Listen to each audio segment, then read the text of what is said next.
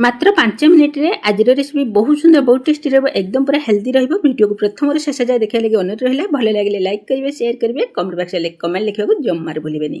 देखंतु ये केते सुंदर बनचे एकदम पूरा हेल्दी रहिबो। गोटे कप आमे गहमटा सहित गोटे कप दे देबा आमे बेसन गहमटा दे साला परे सेतरे किछि वेजिटेबल ऐड करबा जेमति फूलकोबी बंधाकोबी गाजर झुडंग आउ आलू दे दीची एसबु दे साला परे गोटे चमच देबा जीरा 7-8 टा दे देबा गोलमरिच स्वाद अनुसार लूण हळदी गुंड आउ होची दे देबा आमे 2 चमच दही दे साला परे आमे होची अधा ग्लास रो टिके कम पानी दे दी गोटे फाइन पेस्ट बनै कि नहीं आसीबा आउ ग्राइंडर जार को धोई के आउ 3 चमच पानी दे देबा ता सहित गोटे फाळ लेंबू रस सहित 3-4 पिंच दे देबा होची खाइबा सोडा फॉर्मेट होआ पई तापर किटी होची दे देबा हमें कोटा धनिया पत्र आ एकदम भलसे 3-4 मिनिट गुले नेबा तावा बसई के तेल दे देबा टिके पानी पकेदा जो एकदम पूरा दोसा तवा बनि जिवो एमती पिठा प्रस्तुत करंतु बहुत बढ़िया बहुत टेस्टी रहबो। मु दुई प्रकार पकई दीची आपन को जोटा भल लागिवो सही प्रकार बनै परिबे। फुल वीडियो देखिया पई चेष्टा करिवे। रहिली बाय।